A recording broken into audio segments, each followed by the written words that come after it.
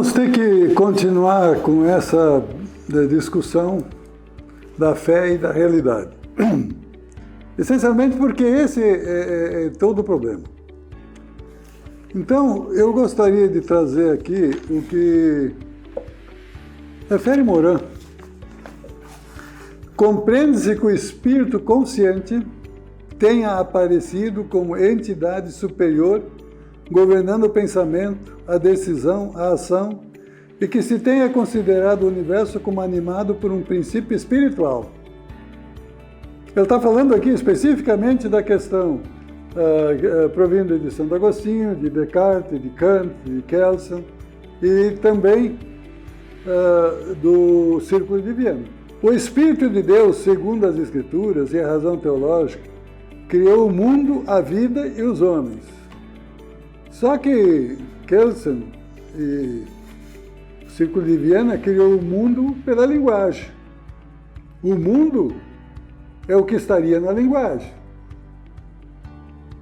Só que a linguagem é exatamente posta no mundo a partir de um apriorismo e que, historicamente, estava fixado numa situação divina.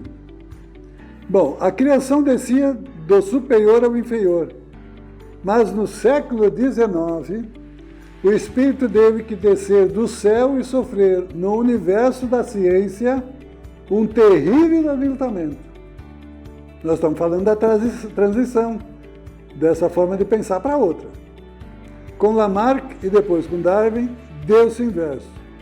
Tudo devia partir de baixo, do ilusório, para ascender, evoluir para o alto, e o espírito tornava-se fruto último da evolução. Pense assim, Darwin. Não mais autor primeiro da criação. Ao mesmo tempo, a ciência do século XIX estendia todos os domínios, o determinismo material em detrimento claro da liberdade do espírito. Então, aqui que começa na ciência a se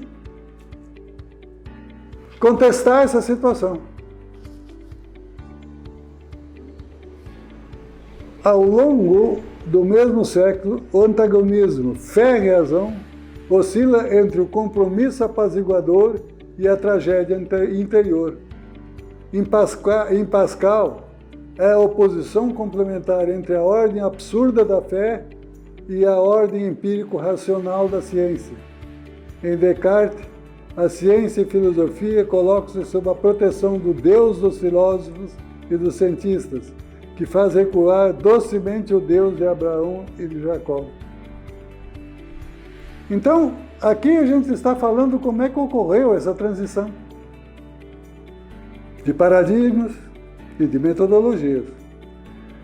Bom, aqui quem nos fala é Pavani, Jaime Pavani.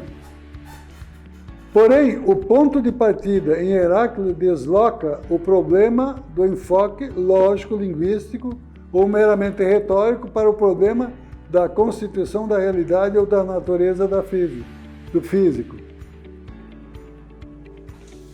Nós estamos vendo que temos um filósofo atual invocando Heráclito, pré-socrático. Tudo flui pantarrei, supõe a realidade em estado de movimento de permanente transformação. A physis não é ser, também não é não ser. Então, aquela situação que nós pensamos e apresentamos em aulas passadas, em que agora já não é. E o futuro também não é.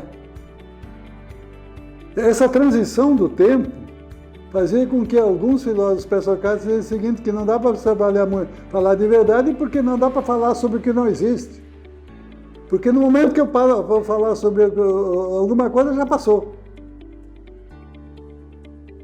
Agora eu vou falar do futuro, mas que ainda não veio, na realidade. Então essa é uma situação que a ciência teve que enfrentar. Mas tudo isso foi ativado num terceiro estado. Então esse ser e não ser, o agora e o outro, foi simplesmente resumido num devir, num momento de transição.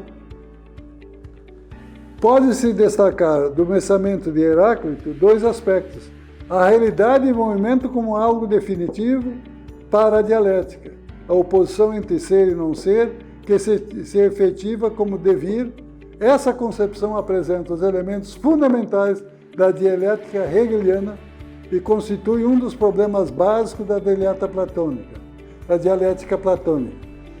O grande problema que nós vamos ver daqui um pouco é que Hegel, na realidade, falou de fenomenologia, mas ele não conseguiu superar a questão da linguagem nesse ponto. Isso nós vamos ver nas próximas aulas. Então, o que nós estamos trazendo aqui não é uma coisa nova. Esse tema foi enfrentado há 2.500 anos já e vem sendo trazido pela ciência. Então essas ideias não parecem tão absurdas, mas mesmo porque a nós parece que elas vão vingar. Bom, nós temos ainda aqui o que diz Giovanni Reale sobre essa questão. O sentido do ser é assim plenamente determinado. Então isso é importante. O devir é absolutamente determinado. O ser em seu significado mais forte é a substância. E a substância, num primeiro sentido impróprio, é matéria. Num segundo sentido, mais próprio, é símbolo. E num terceiro sentido, por excelência, é forma. Então, o que ele está dizendo aqui? Nós temos três planos. Isto é. Num segundo, por excelência, é a forma que compõe esse é.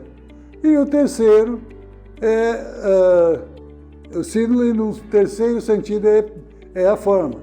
Desse modo, compreende-se por que Aristóteles chamou a forma a causa primeira, pois ela informa a matéria e funda a realidade. Então nós temos uma substância, nós temos a composição específica de uma substância em determinada situação. Imaginemos um grão de milho. E essa matéria fixa, então, o que é a realidade. Mas isso nós estamos apresentando mais no sentido de dizer o seguinte: nós estamos utilizando o que nos ensina Giovanni Reale, que hoje é professor, essencialmente nas universidades da Itália, e é um grande conhecedor, e é um dos destaques do estudo da física quântica. Ah, não, mas física quântica? Ele busca todas as suas justificativas, essencialmente, nesses planos das ciências trazidos dos confins do mundo. Temos ainda o que nos fala, novamente Mourão. Mas nos parece também que existem princípios organizadores supremos que governam esta polilógica, os paradigmas, no sentido que damos antes a esse termo. Um paradigma constitui uma relação específica e imperativa entre as categorias e noções mestras numa esfera do pensamento. Ele comanda essa esfera determinando a utilização da lógica, o sentido do discurso e, finalmente, a visão do mundo. Estando entendido que a visão do mundo torna-se reflexivamente tanto origem como produto dos princípios que a organizam. Nós temos aqui, então, um paradigma que impõe a forma de pensar. Comanda essas esferas determinando a utilização da lógica. Então, a lógica não passa a determinar a realidade. Ela não tem esse poder de dizer isso é aquilo e a realidade brota dali. A lógica é um mero instrumento de utilização para que a gente consiga estabelecer o que nós pensamos. O sentido do discurso também não é tratado por isso. O paradigma, automaticamente, ele se impõe ao sentido do discurso. Não adianta dizer que uma bicicleta tem determinada forma, tem um determinado sistema, quando esse sistema afirmado diverge daquilo que faz com que bicicleta é uma bicicleta. Não adianta eu dizer que renda é uma determinada relação sistêmica, afirmando verdades. Então, o que impõe essa lógica e simplesmente o sentido de discurso e a própria visão dessa realidade é o paradigma. Agora eu pergunto, o Supremo Tribunal Federal fixou alguns paradigmas no âmbito da interpretação constitucional tributária? Ele insinuou um paradigma quando ele decidiu a questão do PIS e COFINS, dizendo só pode tributar aquilo que é verdade, aquilo que efetivamente pertence ao contribuinte. Outra situação que ele estabeleceu um paradigma foi não pode se tributar ICM sobre um valor que efetivamente não foi aperfeiçoado por uma venda. Mas isso faz um ano e meio que foram fixados esses paradigmas. E aí se pergunta, porque tem milhares de processos do contexto tributário, nos escaninhos ou nos computadores do Poder Judiciário. Por que não se fez paradigmas? Nós temos um paradigma que eventualmente a lei não atende.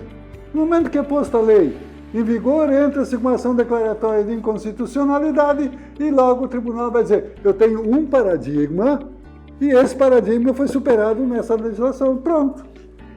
Essa decisão vale para todo mundo e não há problema da insegurança jurídica.